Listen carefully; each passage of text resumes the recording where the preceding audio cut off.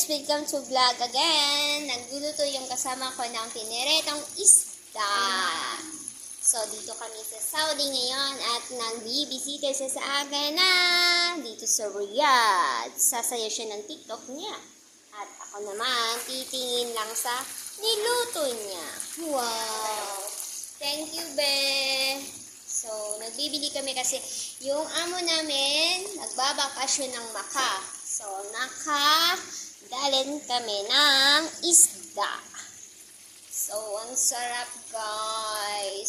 So, yung kasamahan ko, nagtitiktok siya kasi lalagay niya sa reels niya at sa kanyang TikTok at Facebook.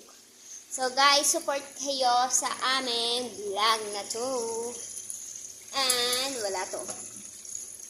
So, guys, ang sarap ng isda. Pag hindi pa makauwi ilang years, so dito sa Saudi, meron namang isda. Pabili lang kayo sa driver nyo kung hindi siya matutupak sa inyo. Yung driver namin, guys, tupakin din. So, kailangan mo naman din siyang suyuin para sarap talaga, be. Siya po ang nagluluto at nagbili sa aming isda.